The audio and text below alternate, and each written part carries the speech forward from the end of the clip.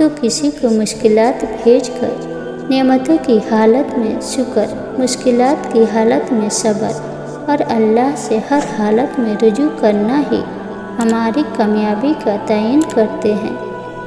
مرد کو پرکھنا ہو تو اس کے آگے مسئلہ رکھو، عورت کو پرکھنا ہو تو اس کے اندر کمزور مستقبل کے اندیشے ڈالو، بھائی پرکھنا ہو تو وراثت کے معاملات چھیڑو، اس کی فیصلہ سازی دیکھو، اور جنس پارٹنر پرکھنا ہو تو اس کے ساتھ اختلاف کر دو، اور اگر محبوب پرکھنا ہو تو اسے اپنی خامیاں اور کمیاں بتاؤ۔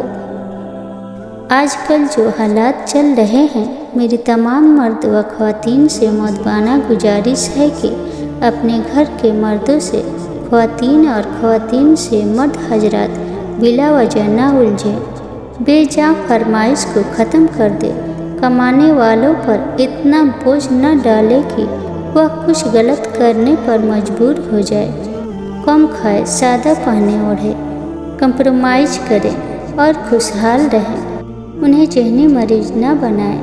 اللہ پاک آپ کے لیے آسانیاں عطا فرمائے اور آسانیاں تقسیم کرنے کا شرف بخشے۔ پتہ ہے ہمیں نماز کیوں بوجھ لگتی ہے؟ کیونکہ ہم نماز کا مقصد نہیں جانتے۔ نماز صرف ایک ڈیوٹی نہیں ہے بلکہ ایک اپرچونٹی ہے اللہ سے بات کرنے کی۔ اگر آپ نماز کا مطلب سمجھیں گے تو آپ کو پتہ چلے گا سورہ فاتحہ سے لے کر آخری سلام تک نماز اپنے آپ میں ساری کی ساری دعا ہے، آپ کے اور اللہ کے درمیان ہمیشہ رہنے والی دعا۔ اس اپنی عبادت کے معاملے میں کسی بھی انسان پر بوجھ نہیں ڈالتا۔ جہاں تک اس کی عبادتوں کی بات ہے وہاں تک اس نے ہم پر صرف وہی کچھ فرض کیا ہے جو ہم آسانی سے کر سکیں۔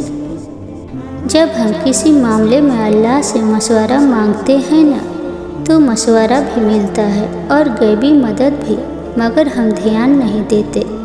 کیا کبھی ایسا ہوا ہے کہ کچھ کھانے کو جی چاہا ہو اور وہ چیز کسی نہ کسی ذریعے سے تم تک اسی وقت پہنچ جائے؟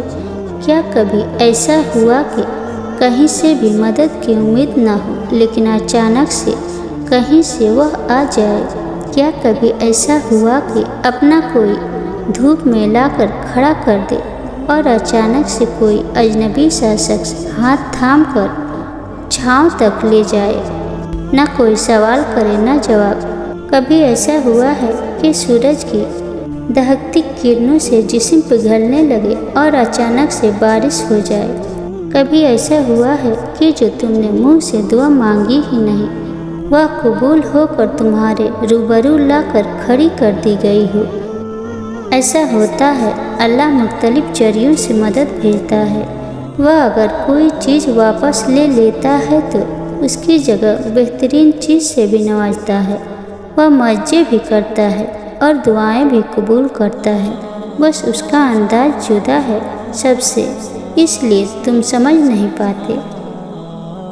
سمندر میں بنا پانی کے جینا آ گیا ہم کو، وہ جلت دی کہ بارش میں پسینہ آ گیا ہم کو، نبھاتے ہی رہے رشتہ کسی تہمت کی وسعت سے، محبت ہو نہیں سکتی مگر بے جا رفاقت سے۔ اس حالت میں تیرے در سے نکل کے اب کہاں جاتے، تیری پتھر زبان کی آسنا ٹھوکر کہاں کھاتے، جہاں سے کچھ نہیں ملتا جسے قسمت نے مارا ہو، وہ جیتے کیا زمانے کی جو بازی عشق ہارا ہو۔ میری تقدیر کے ورقوں پہ میں نے لفظ دیکھے ہیں، کہیں رشتے کہیں دھوکہ کہیں خود غرض دیکھے ہیں، کبھی شکوہ کبھی امید کبھی سودرد لکھا تھا، میری قسمت میں ہر جذبے پہ جڑا ایک فرد لکھا تھا، عجیب لکھا تھا کہ لکھا ہے جس نے سب ادھورا ہے، فقط ایک لفظ تھا تنہائی اور یہ لفظ پورا ہے، انہیں لفظوں میں تھا ایک لفظ ساتھی پر اکیلا تھا، یہ لکھا تھا بچھڑنا اور جدائی غم کا ملا تھا، محبت بھی لکھا تھا ساتھ ہی اس کے فریبی تھا کہ چاہت اور تمنا لکھ کے لکھا بدنصیبی تھا۔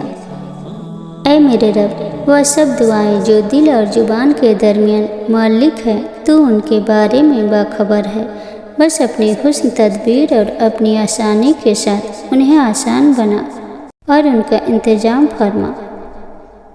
اے میرے پیارے اللہ، آئی جسٹ وانٹ ٹو سے تھینک یو۔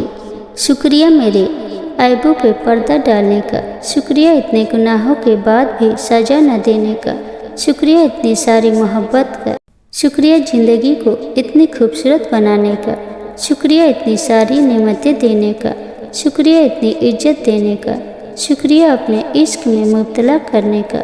یا اللہ پاک، الفاظ ختم ہو جائیں گے لیکن میں آپ کے شکریہ ادا نہیں کر پاؤں گی۔ میرے پیارے اللہ، میں راضی ہوں آپ کی رضا پر۔ اگر یہ ویڈیو آپ کو پسند آئی ہو تو ویڈیو کو لائک اور چینل کو سبسکرائب کرنا نہ بھولیں، اور کمنٹ میں ایک پیارا سا سجھاؤ ضرور دیجیے گا۔